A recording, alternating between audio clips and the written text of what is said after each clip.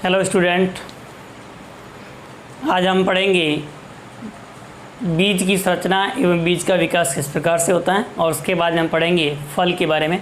इससे पहले की वीडियो हमने भ्रूण एवं भ्रूणपोष के बारे में पढ़ा था और आज हम डिस्कशन करते हैं बीज का परिवर्धन किस प्रकार से होता है। तो ध्यान दें, बीज के परिवर्धन में अपन को सबसे पहले ये ध्यान रखना है कि पुष्प में जब निषेचन हो जाता है, आपको पता होगा कि पुष्प में निषेचन के बाद में आप ध्यान देंगे तो किसका निर्माण होता है, भ्रूण का और भ्रूणपोष का परिवर्तन होगा। ये हम पढ़ चुके हैं। तो इस प्रकार से पुष्प में निषेचन होगा और उससे किसका परिवर्तन होगा, भ्रूण का परिवर्तन होता है एवं साथ में किसका परिवर्तन होता है, भ्रूणपोष का परिवर्तन होता है।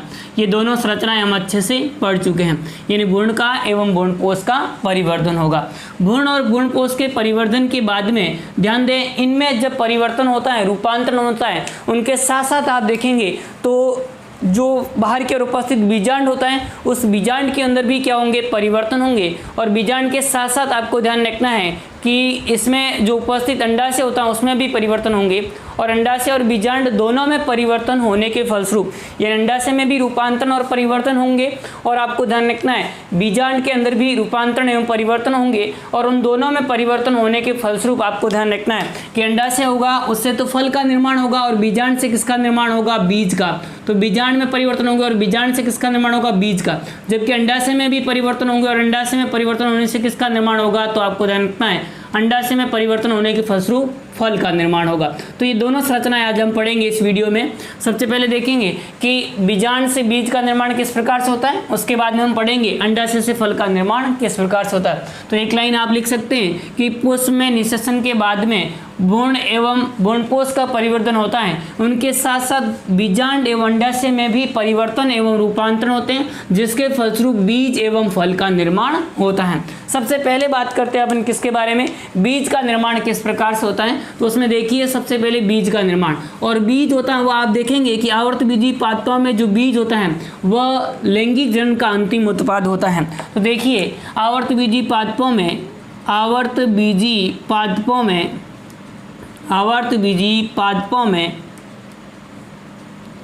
लैंगिक जनन का अंतिम उत्पाद क्या होता है, तो अंतिम उत्पाद होता है वह आपको ध्यान रखना है, अंतिम उत्पाद होगा वह बीज होता है। आवर्तबीजी पादपों में लैंगिक जनन का अंतिम उत्पाद क्या होगा, बीज होगा। और बीज होता है वह अगली बीजाणु पीढ़ी का क्या होता है, मातृ कोशिका के रूप में या अगली बीजाणु पीढ़ी का जो है वो कारक होता है, ये हमें ध्यान रखना है। जिस प्रकार से बीज होगा वह अगली जो बीजाणु पीढ़ी होगी उसकी प्रथम कोशिका के रूप में कार्य करेगा। तो इस प्रकार से बीज होगा वो आपको ध्यान रखना है किस रूप में काम करता है, लैंगिक जनन के अंतिम उत्पाद के रूप में कार्य करता है। आप ध्यान दें जो बीज होता है उसका निर्माण किससे होता है, तो बीज का निर्माण होगा वो बीजांड से होता है। बीज का निर्माण किससे होगा, बीजांड से होता है, ये हमें ध्यान रखना है। और बीजांड के परिवर्तन के फलस्वरूप ही किसका, कि बीजांड से होता है, ये हमें ध्यान रखना है। और बीजांड में परिवर्तन होने के फलस्वरूप ही किसका निर्माण होगा, बीज का निर्माण होता है। आपने पढ़ा था कि बीजांड की संरचना किस प्रकार की होती है, इनके निर्माण किस प्रकार से होता है। तो बीजांड में हमने सबसे पहले पढ़ा था कि बीजांड के अंदर संरचनाएं कौन कौन सी होती हैं, किस प्रकार से इनकी संरचना होती है। तो एक बार वापस से देख लीजिए बीजांड की संरचना के बारे में, बीजांड में कौन कौन से भाग थे जिसको हमने अच्छे तरीके से पढ़ चुके हैं। ये इस प्रकार से हमने बीजांड की संरचना के बारे में पढ़ा था कि बीजांड की संरचना में कौन कौन से भाग होते हैं।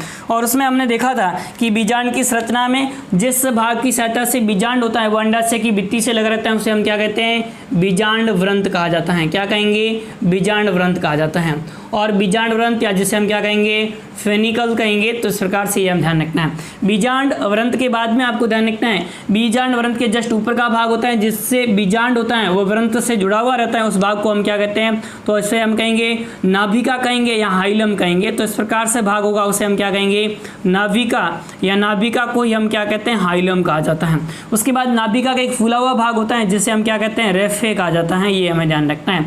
और उसके बाद ये भाग है जो क्या कहलाता है, बीजांड द्वार कहलाता है। तो इस प्रकार से बीजांड द्वार हो जाएगा, ये हमें ध्यान रखना है।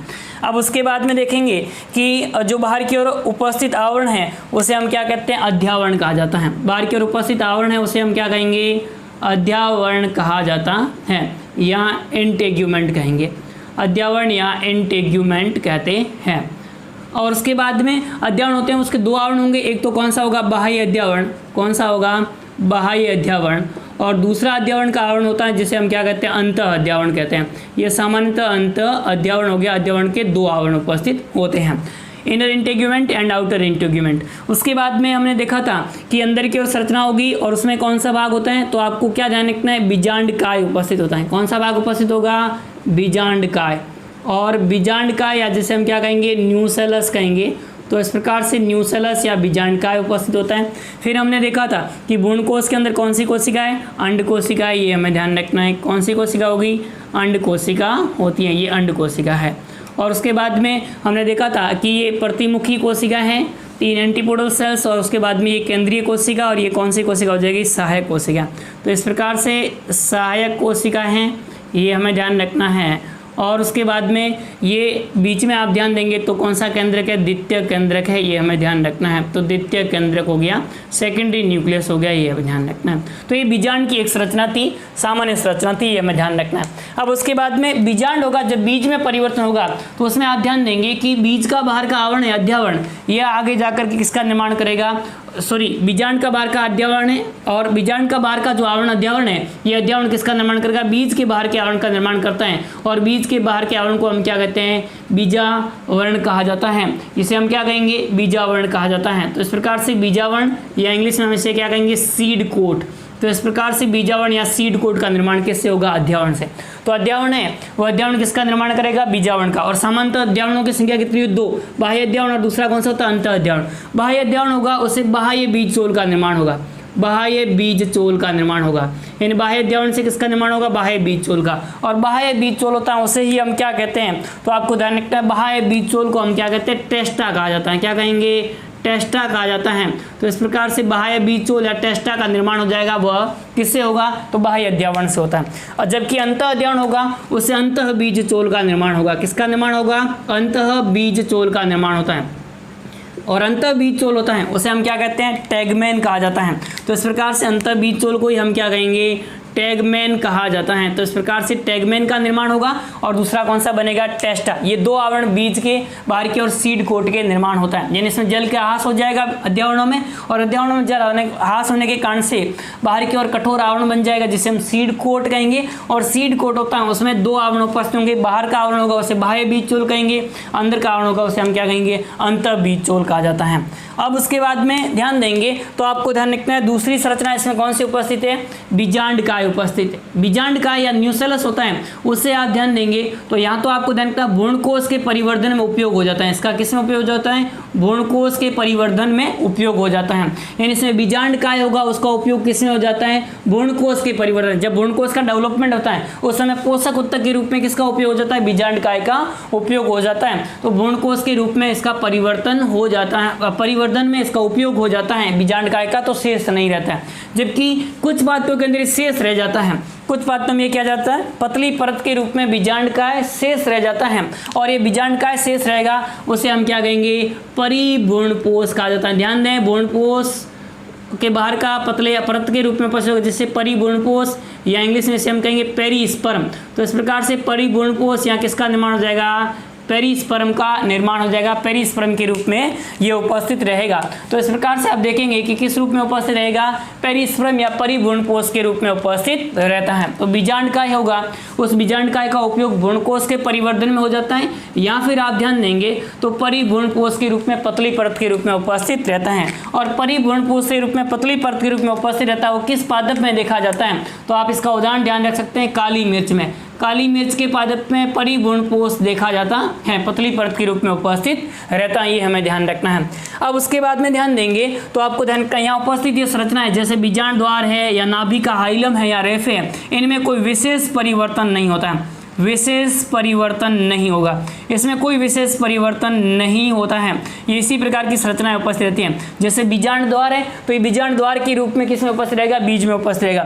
नाभिका, ये नाभिका के रूप में किसमें उपस्थित रहेगा, बीज के अंदर भी उपस्थित रहेगा। इसी प्रकार से रेफे हैं, ये एक ब्लैक टिप नुमा संरचना होगी जो कि आपको दिन का पूरे बीज पर उपस्थित रहेगी, तो उसे हम क्या कहेंगे, रेफे। तो रेफे हैं वो भी बीज पर उपस्थित रहते हैं।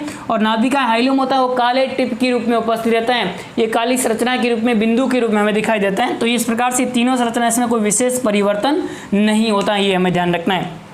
और इसमें देखिए जो बीजांड व्रंत है उससे आगे जाकर किसका निर्माण हो जाएगा, बीज व्रंत का निर्माण हो जाता है। तो बीज व्रंत बन जाएगा, या जिसे हम क्या कहते हैं, सीड स्टॉक कहा जाता है। तो इस प्रकार से सीड स्टॉक का निर्माण हो जाएगा। तो ये इस प्रकार से परिवर्तन होते हैं जिसके फलस्वरूप बीजांड से किसका निर्माण हो जाएगा, बीज का निर्माण हो जाता है। यानी बीजांड से क्या बन जाएगा, पूरा बीज बन जाता है, ये हमें ध्यान रखना है। सीड कोड बन जाएगा, एम्ब्रियो बन जाएगा, ये पूरी संरचना इस प्रकार से बन जाती है। अब ध्यान दें, इसमें से सहायक कोशिकाएं ये तो अपार्षित हो जाती हैं। सहायक कोशिकाएं क्या हो जाएगी, नष्ट हो जाएगी, अपार्षित हो जाएगी, डीजेनरेट हो जाएगी।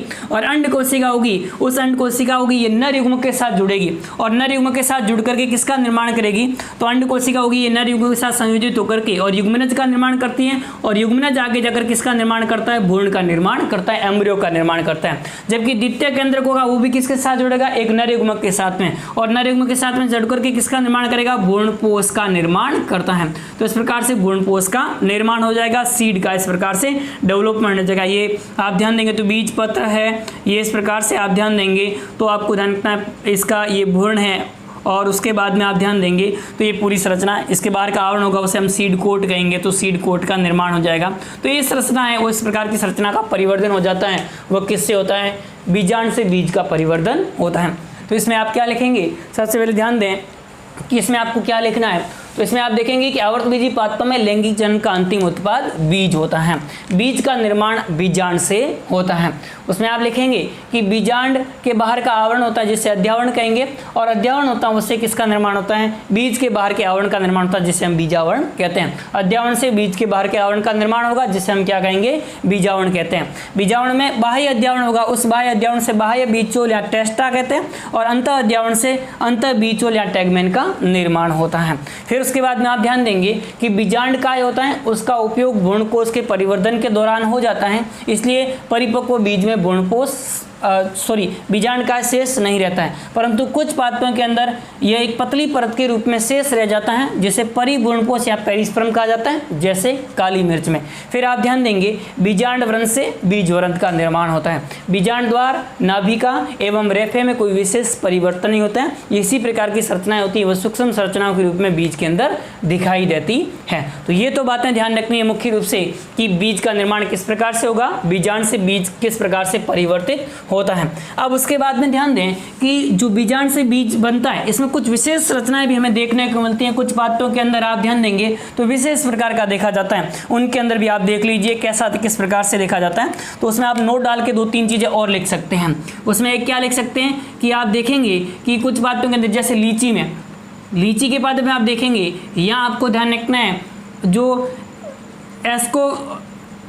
एस्फोडिलस का पादप है, उस एस्फोडिलस के पादप के अंदर इन दोनों पादपों में ध्यान दें कौन कौन से, एक तो लीची का पादप और दूसरा कौन सा पादप देखना है, एस्फोडिलस का पादप। इन दोनों पादपों में देखेंगे तो आप देखेंगे कि बीजांड व्रंत होता है, वह बीजांड व्रंत होगा, वह आप उससे एक संरचना निकलेगी और वो संरचना एक उभार के रूप में बनती है और पूरे आपको धन बीज को चारों ओर से घेर लेगी और इस प्रकार की संरचना होगी, उसे हम क्या कहेंगे, तो आपको धन उसे हम एरिल कहा जाता है। क्या कहेंगे, एरिल कहा जाता है। तो एरिल का निर्माण किन पादपों में होता है, तो लीची के अंदर और एस्फोडिलस के पादप के अंदर इस प्रकार से एरिल का निर्माण होगा। एरिल खाने योग्य भाग होता है वो लीची के अंदर होता है। देखो समझ लें किस प्रकार से इनका निर्माण होगा।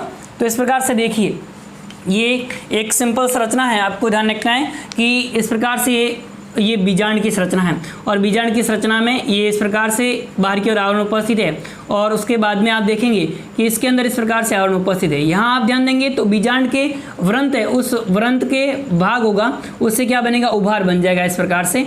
और उभार बनने के बाद में ये उभार होगा बीजांड व्रंत का, ये बाहर की ओर इस प्रकार से उभार के रूप में बन जाएगा। इसी प्रकार से यहाँ भी ऐसा ही उभार के रूप में क्या हो जाएगा, बाहर की ओर बन जाएगा। ये हमें ध्यान रखना है, ये इस प्रकार की संरचना बन जाएगी। यानी ये बाहर की ओर क्या था, बीजांड व्रंत था और बीजांड व्रंत था, उससे क्या बन गया, बाहर की ओर आवरण, बाहर की ओर इस प्रकार से क्या बन गई, एक आवरण बन गया और उस आवरण को हम क्या कहते हैं, एरिल कहा जाता है। तो इस प्रकार से आप ध्यान देंगे तो आप क्या देंगे, बीजांड द्वारीय सिरे पर, बीजांड द्वारीय सिरे पर बीजांड व्रंत होगा, उससे आपको धन कहीं उभारनुमा संरचना बनेगी जो कि मासल संरचना के रूप में बीज के बाहर की ओर उपस्थित होती है और मासल संरचना होती है, गुद्देदार संरचना होती है, उसे हम क्या कहते हैं, एरिल एरिल कहते हैं, जो कि मीठी होती है और उसको खाने योग्य भाग होता है। तो आप ये भी सवाल कई बार पूछा जाता है कॉम्पिटिशन एग्जामों में कि लीची के अंदर खाने योग्य भाग कौन सा होता है, तो एरिल होता है, जो कि बीज के बाहर की ओर का गुद्देदार मोटा मांसल आवरण होता है। तो आप सिंपल सी लैंग्वेज में लिख सकते हैं कि जो एरिल जो होता है उसे किसे कहते हैं, एरिल। तो आप क्या जान, लीची और जो एस्पोडिलस के पादप हैं, इन पादपों के अंदर बीज के बाहर की ओर मोटा मांसल आवरण उपस्थित होता है और उस मोटे मांसल आवरण को हम क्या कहते हैं, एरिल कहा जाता है। एक और उदाहरण ध्यान रख सकते हैं आप, यूफोर्बिएसी कुल में, यूफोर्बिएसी कुल में आप देखेंगे तो यूफोर्बिएसी कुल के अंदर ध्यान देंगे, यूफोर्बिएसी कुल का मुख्य रूप से अरंड में देखेंगे, अरंडी के पादप में आप देखेंगे तो उसमें क्या होता है, एक कैरेंकल का निर्माण होता है। उसमें एक सफेद रंग की संरचना बीजांड द्वारीय सिरे पर उपस्थित होती है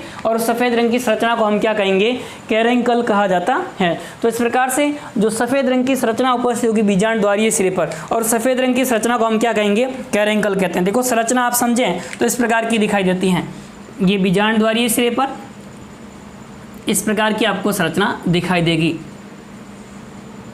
यानी उसके बीजांड द्वारीय सिरे पर किसका निर्माण हो जाता है, तो बीजांड द्वारीय सिरे पर होगा वह इस प्रकार की आप ध्यान देंगे तो विशेष संरचना का निर्माण हो जाता है और इस प्रकार की संरचना होगी उसे हम क्या कहेंगे, कैरेंकल कहा जाता है।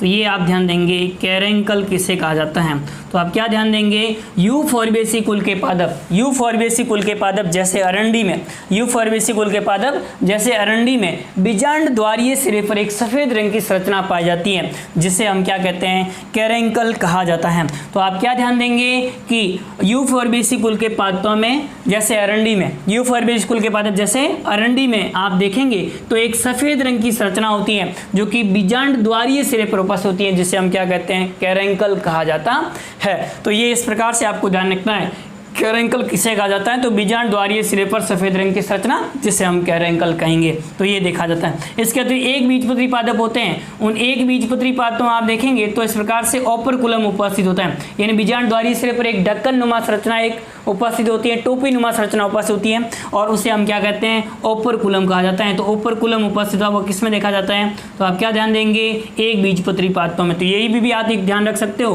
कि एक बीजपत्री पादपों के बीजांड द्वारीय सिरे पर एक टोपी नुमा संरचना उपस्थित होती है जिसे हम क्या कहते हैं, ओपरकुलम कहा जाता है। तो ये तीन नोट डाल के आप लिख सकते हैं। पहली बात ये लिख सकते हो, लीची में एवं एस्पोडिलस के पादप में बीजांड व्रंत होगा और वह एक उभार के रूप में निकल करके और पूरे बीजांड को, बीज को चारों ओर से या बीजांड को चारों ओर से घेर लेता है और इस संरचना को हम क्या कहते हैं, एरिल कहा जाता है। लीची के अंदर खाने योग्य भाग कौन सा होता है, तो आप क्या देंगे, एरिल ध्यान रखना है। फिर उसके बाद में आप ध्यान देंगे कि यूफोर्बिएसी कुल के पादप जैसे अरंडी में बीजांड होता है, उस बीजांड के बीजांड द्वारीय सिरे पर एक सफेद रंग की संरचना पाई जाती है जिसे हम क्या कहते हैं, कैरेंकल कहते हैं, जो कि बीज के अंदर दिखाई देती है। फिर उसके बाद एक बीजी पादपों के अंदर बीजांड द्वार पर एक ढक्कन या टोपी नुमा संरचना उपस्थित जिसे हम क्या कहते हैं, ओपरकुलम कहा जाता है। उसके बाद में फिर आप ध्यान देंगे कि एक चार्ट बना लेंगे और चार्ट की सहायता से आप समझा सकते हैं कि बीजांड से बीज बनने के दौरान कौन कौन से मुख्य परिवर्तन होते हैं। तो उसमें आप देखते हैं कि बीजांड में जो बीजांड व्रंत था वो किसका निर्माण करेगा, बीज व्रंत का निर्माण करेगा। इसी प्रकार से नाभिका थी, वो नाभिका है, उसी प्रकार की नाभिका के रूप में एक ब्लैक टिप के रूप में, बिंदु के रूप में है, वो बीज पर दिखाई देती हैं। फिर उसके बाद में बीजांड काय होगा, ये अपार्षित हो जाता है, यानी भ्रूणकोश के परिवर्तन के दौरान इसका उपयोग हो जाता है, परंतु कभी कभी यह पतली परत के रूप में शेष रह जाता है जिसे हम परिभ्रूणपोष या पेरिस्पर्म कहा जाता है। ये परिभाषा एक बार पूछी गई है परीक्षा में, तो आप अच्छे से ध्यान रखना है, पेरिस्पर्म किसे कहते हैं। तो आप क्या ध्यान देंगे कि जब परिपक्व बीज में बीजांड काय पतली परत के रूप में भ्रूणपोष के बाहर की ओर उपस्थित होता है तो उसे हम परिभ्रूणपोष कहा जाता है, पेरिस्पर्म कहा जाता है। और ये किसमें देखा जाता है, काली मिर्च में ऐसा देखा जाता है। फिर उसके बाद आपको ध्यान रखना अध्यावरण, और अध्यावरण से किसका निर्माण होगा, बीजावरण का निर्माण होता है। किसका निर्माण होगा, बीज के बाहर के आवरण का निर्माण होगा, बीजावरण का निर्माण होता है। और बीजावरण होते हैं, दो होते हैं, बाहर का टेस्टा और अंदर का क्या होता है, टैगमन होता है। ये आपको ध्यान रखना है, बाह्य बीज चोल और अंतर बीज चोल। बाह्य बीज चोल को हम टेस्टा कहते हैं, अंतर बीज चोल को टैगमन कहते हैं। फिर उसके बाद में भ्रूणपोष, और भ्रूणपोष क्या हो जाएगा, अपार्षित हो जाएगा, डीजेनरेट हो जाएगा। फिर उसके बाद में आपको ध्यान रखना है सहायक एवं प्रतिमुखी कोशिका अपार्षित हो जाती है, अंड कोशिका होगी, उससे भ्रूण का निर्माण होगा एक नरयुग्म के साथ जुड़ने के फलस्वरूप, और द्वितीय केंद्र का उसके साथ भी नरयुग्म जुड़ने के फलस्वरूप और जो है भ्रूणपोष का निर्माण होता है। तो ये इस प्रकार से सारी संरचना है उनका परिवर्धन हो जाता है। तो ये आपको पहले ध्यान रखना है, बीज का परिवर्धन किस प्रकार से होता है, डेवलपमेंट किस प्रकार से होता है। तो बीज के डेवलपमेंट में ये बातें आपको सारी ध्यान रखनी है। अब उसके बाद में हम देखेंगे कि बीज की संरचना किस प्रकार की होती है, बीज में कौन कौन से भाग होते हैं उस बारे में बात करेंगे।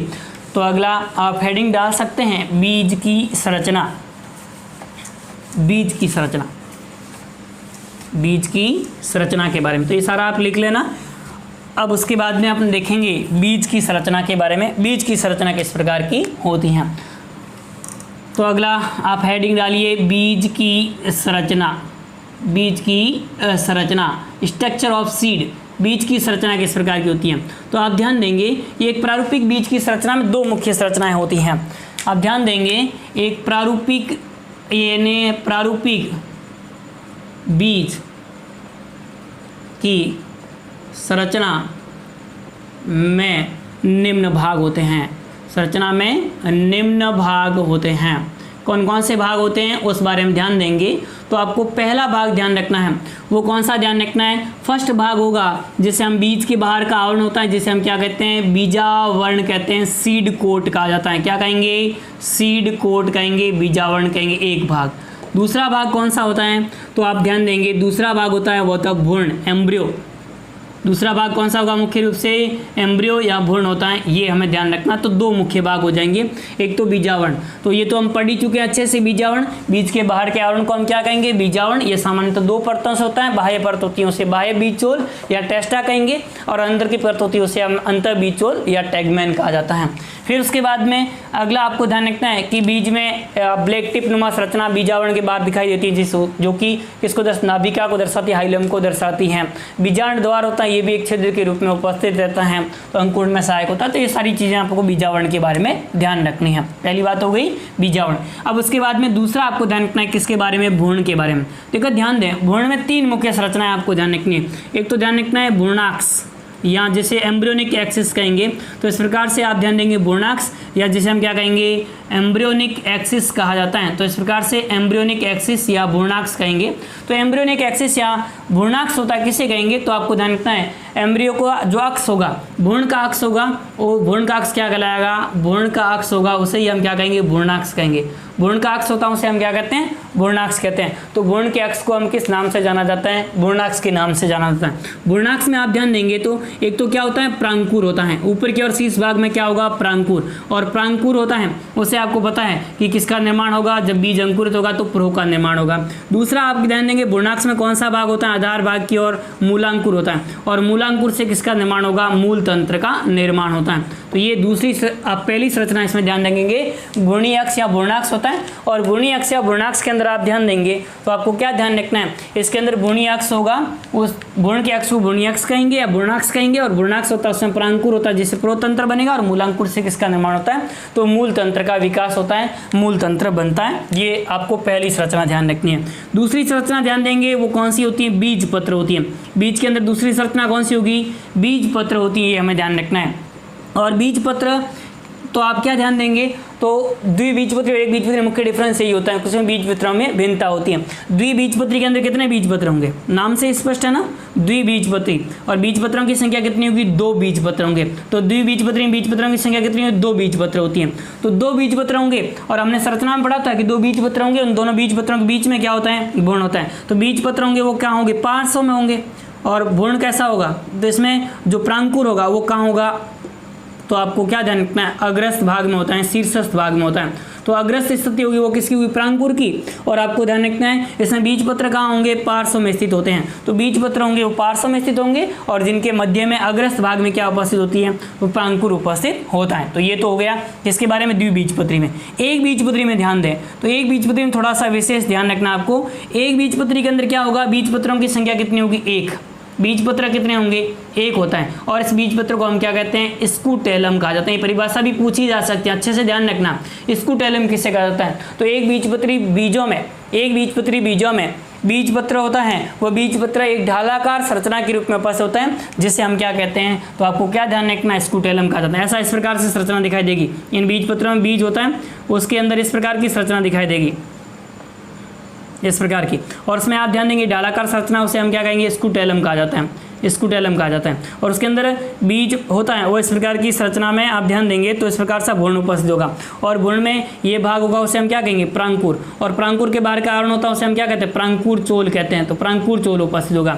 इसी प्रकार से ये भाग होगा उसे हम क्या कहेंगे, मूलांकुर। और मूलांकुर के बाहर का भाग होता है उसे हम क्या कहते हैं, मूलांकुर चोल कहा जाता है। तो इस प्रकार से मूलांकुर चोल उपस्थित होगा। तो ये संरचना किसमें देखी जाती है, एक बीजपत्र पत्तों में। यहाँ पर भ्रूणपोष इसमें उपस्थित होता है बाहर की ओर। तो इस प्रकार से भ्रूणपोष इसमें शेष रहता है। तो इस प्रकार से बीजपत्र हो गए। उसमें आप ध्यान देंगे तो द्विबीज में बीजपत्र संख्या 2, एक बीज में बीजपत्र संख्या कितनी होती है, 1 होती है। और इसमें आप ध्यान देंगे इस बीजपत्र को क्या कहते हैं, स्कूटेलम कहा जाता है। जिसमें भ्रूणीय अक्ष होता है उसमें आप प्रांकुर और मूलांकुर होते हैं जो कि क्रमशः प्रांकुर चोल और मूलांकुर चोल से घिरे हुए रहते हैं। तो ये तो किसकी संरचना हो गई, बीजपत्र। तीसरा आप संरचना ध्यान देंगे इसके अंदर उपस्थित होती है जिसे हम क्या कहते हैं, भ्रूणपोष। तीसरी संरचना कौन सी उपस्थित होगी, भ्रूणपोष। कुछ पात्रों में उपस्थित होती है, सभी में नहीं उपस्थित होती।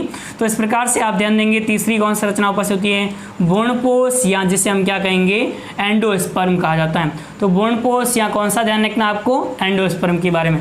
देखिए ध्यान दें, भ्रूणपोष या एंडोस्पर्म में आपको क्या ध्यान रखना है कि कुछ पात्रों के अंदर जब भ्रूण परिवर्धन होता है उस भ्रूण परिवर्धन के दौरान भ्रूणपोष का संपूर्ण उपयोग हो जाता है। कुछ पादपों में भ्रूणपोष शेष रह जाता है। इस आधार पर जो पादप है उस पादपों में बीज होंगे वो 2 प्रकार के होते हैं। यानी भ्रूणपोष के आधार पर बीज कितने प्रकार के होते हैं, 2 प्रकार के होते हैं। भ्रूणपोष की उपस्थिति के आधार पर, भ्रूणपोष की उपस्थिति के आधार पर बीज कितने प्रकार के, बीज 2 प्रकार के होते हैं।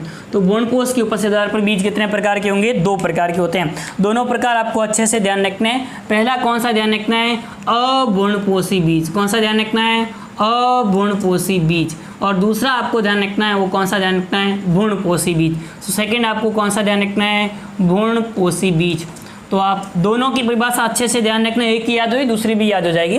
तो आप क्या ध्यान देंगे, जब भ्रूण परिवर्धन के दौरान संपूर्ण भ्रूणपोष का उपयोग हो जाता है, जब भ्रूण परिवर्धन के दौरान संपूर्ण भ्रूणपोष का उपयोग हो जाता है, परिपक्व बीज में भ्रूणपोष शेष नहीं रहता है, उन्हें हम अभ्रूणपोषी बीज कहा जाता है। जब भ्रूण परिवर्धन के दौरान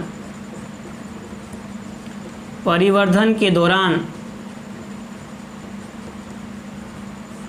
परिवर्धन के दौरान संपूर्ण भ्रूणपोष का उपयोग हो जाता है, संपूर्ण भ्रूणपोष का उपयोग हो जाता है, संपूर्ण भ्रूणपोष का क्या हो जाएगा, उपयोग हो जाता है, संपूर्ण भ्रूणपोष का क्या हो जाएगा, उपयोग हो जाता है। तथा परिपक्व बीज में भ्रूणपोष शेष नहीं रहता है, तो इस प्रकार के बीजों को अभ्रूणपोषी बीज कहा जाता है। यानी इसे एक और नाम भी देख सकते, गैर एल्ब्यूमिनस बीज भी कहा जाता है। तो अभ्रूणपोषी बीज या गैर एल्ब्यूमिनस बीज किसे कहा जाता है, तो गैर एल्ब्यूमिनस बीज भी इसे कहा जाता है, गैर एल्ब्यूमिनस बीज भी कहा जाता है। तो गैर एल्ब्यूमिनस बीज या अभ्रूणपोषी बीज। और ऐसे उदाहरण आप ध्यान रख सकते हैं, किन पादपों में ऐसा देखा जाता है, तो आप ध्यान रख सकते हैं जैसे मूंगफली के अंदर इस प्रकार का देखा जाएगा, या आप ध्यान देंगे चना के अंदर इस प्रकार का देखा जाता है, सैम के अंदर इस प्रकार का देखा जाता है, मटर के अंदर इस प्रकार का देखा जाता है, आम के अंदर इस प्रकार का देखा जाता है। तो बहुत सारे उदाहरण आप ध्यान रख सकते हैं, आम है, मटर है, चना है, सैम है इत्यादि, अधिकांश द्विबीज पादपों में ऐसा देखा जाता है। अब देखो दूसरे कौन से होंगे, भ्रूणपोष बीज। यहीं से परिभाषा उठा लो, जब भ्रूण परिवर्तन के दौरान संपूर्ण भ्रूणपोष का उपयोग नहीं हो पाता है, संपूर्ण भ्रूणपोष का उपयोग नहीं हो पाता है, नहीं होगा तो परिपक्व बीज में शेष रहेगा। तो इस प्रकार से आप ध्यान देंगे तो आप परिभाषा क्या लिखेंगे, जब भ्रूण परिवर्तन के दौरान संपूर्ण भ्रूणपोष का उपयोग नहीं हो पाता है, परिपक्व बीज में भ्रूणपोष शेष रह जाता है, उन्हें हम बीजों को क्या कहेंगे, भ्रूणपोषी बीज कहा जाता है। उस प्रकार के बीजों को हम क्या कहेंगे, भ्रूणपोषी बीज कहा जाता है। ऐसा किसमें देखा जाता है, एक बीजपत्री में। देखो पोएसी कुल के कुछ सदस्य आप ध्यान रखेंगे, जैसे गेहूं है, गेहूं के अंदर इस प्रकार का देखा जाएगा। यहाँ आप ध्यान देंगे मक्का में इस प्रकार का देखा जाएगा। यहाँ ध्यान देंगे आप बाजरा में इस प्रकार का देखा जाता है। द्विबीजपत्री के 1-2 उदाहरण आप ध्यान रख सकते हैं, सूरजमुखी में ऐसा देखा जाता है, द्विबीजपत्री है, इनके अंदर भी ऐसा देखा जाता है सूरजमुखी में। तो सूरजमुखी में देखा जाएगा, या अरंडी के पादप में देखेंगे तो उसमें भी ऐसा देखा जाता है, तो अरंडी में इस पर देखा जाता है। तो अरंड हो गया, बाजरा हो गया, मक्का हो गया, गेहूँ हो गया, सूरजमुखी हो गया, इस प्रकार के बीज होते हैं। ये कौन से बीज होंगे, भ्रूणपोषी बीज होते हैं। तो ये इस प्रकार से आपको ध्यान रखना है बीज की संरचना, और इससे पहले हमने बीज के परिवर्धन के बारे में पढ़ा था।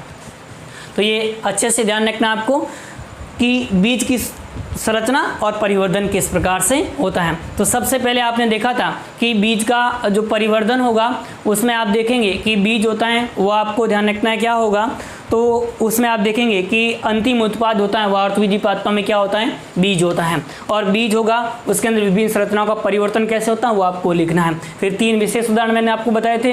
एक तो आपको लीची का ध्यान रखना है जिसमें एरिल होता है, दूसरा हमने देखा था यूफोर्बिसिकुल के अंदर कैरेंकल उपस्थित होता है, और तीसरा हमने एक बीज पादपों के अंदर ओपरकुलम उपस्थित होता है। फिर उसके बाद में आपको ये लिखना है बीजांड से बीज परिवर्तन के उदाहरण कौन कौन से मुख्य परिवर्तन होते हैं। ये परिवर्तन आपको सारे नोट डाउन करते हैं। फिर उसके बाद में आपको लिखना है कि जो है बीज की संरचना होगी वो किस प्रकार की होगी। तो एक प्रारूपी बीज की संरचना में निम्न 2 भाग होते हैं, बीजावरण और बीज। बीजावरण में आप क्या लिखेंगे कि बीज के बाहर के आवरण को हम क्या कहते हैं, बीजावरण कहते हैं। बीजावरण होता है वह सामान्यतः पादपों के अंदर कितने आवरण होते हैं, 2 आवरण होते हैं, बाहर के आवरण को टेस्टा और अंदर के आवरण को टैगमैन कहते हैं। फिर उसके बाद में आपको ध्यान रखना है इसके अतिरिक्त बीजांड द्वार होगा, वह बीजांड द्वार के रूप में बीज में भी उपस्थित होता है। इसी प्रकार से आइलम होगा और रेफे होगी, ये भी आपको ध्यान रखना सूक्ष्म संरचनाओं के रूप में बीज में दिखाई देती हैं। सैम के पादप में ऐसा स्पष्ट रूप से जो है रेफे दिखाई देता है, ये आप ध्यान रख सकते हैं। फिर उसके बाद में भ्रूण के बारे में आपको ध्यान रखना है। तो भ्रूण में 3 मुख्य भाग आपको ध्यान रखने हैं। एक तो भ्रूणाक्ष ध्यान रखना है, दूसरा बीजपत्र और तीसरा भ्रूणपोष। भ्रूणाक्ष मतलब भ्रूण के अक्ष को भ्रूणाक्ष कहते हैं, और भ्रूणाक्ष होता है उसमें प्रांकुर और मूलांकुर होते हैं। प्रांकुर से प्रोतंत्र, मूलांकुर से मूलतंत्र का विकास होता है। फिर उसके बाद में आप बीजपत्र, द्विबीजपत्र में 2 बीजपत्र होते हैं जो कि आपको ध्यान रखना है पार्श्व में स्थित होते हैं, और जिनमें प्रो होता है वो कहाँ पर उपस्थित होता है, प्रांकुर होगा उसे प्रो बनेगा, और प्रांकुर कहाँ पर अग्रस्थ स्थिति में उपस्थित होता है। यहाँ एक बीजपत्री के अंदर आप ध्यान देंगे तो बीजपत्र उनकी संख्या कितनी होती है, 1 होती है, और इसमें बीजपत्र होगा वो आपको ध्यान रखना है एक पार्श्व में उपस्थित होगा, और उसके आपको ध्यान रखना है और जो भ्रूण होगा वो पार्श्व में होता है, ये हमें ध्यान रखना है। और इसका बीजपत्र होता है उसे हम क्या कहते हैं, स्कूटेलम कहा जाता है। फिर उसके बाद भ्रूणपोष, भ्रूणपोष की उपस्थिति आधार पर बीज कितने प्रकार के, 2 प्रकार के आपको ध्यान रखना है। कौन कौन से, एक तो आपको ध्यान रखना अभ्रूणपोषी बीज या गैर एल्ब्यूमिनस बीज, दूसरे आपको ध्यान रखना भ्रूणपोषी बीज या एल्ब्यूमिनस बीज। अभ्रूणपोषी बीज किससे, जब भ्रूण परिवर्तन के दौरान संपूर्ण भ्रूणपोष का उपयोग हो जाता है, परिपक्व बीज में भ्रूणपोष शेष नहीं होता है, तो उसे हम क्या कहते हैं, अभ्रूणपोषी बीज कहा जाता है। मूंगफली, चना, सेम, मटर, आम इत्यादि। फिर उसके बाद भ्रूणपोषी बीज, इस प्रकार के बीज जिनमें भ्रूण परिवर्तन के दौरान संपूर्ण भ्रूणपोष का उपयोग नहीं हो पाता है, परिपक्व बीज में भ्रूणपोष शेष रह जाता है, तो उसे हम भ्रूणपोषी बीज कहते हैं।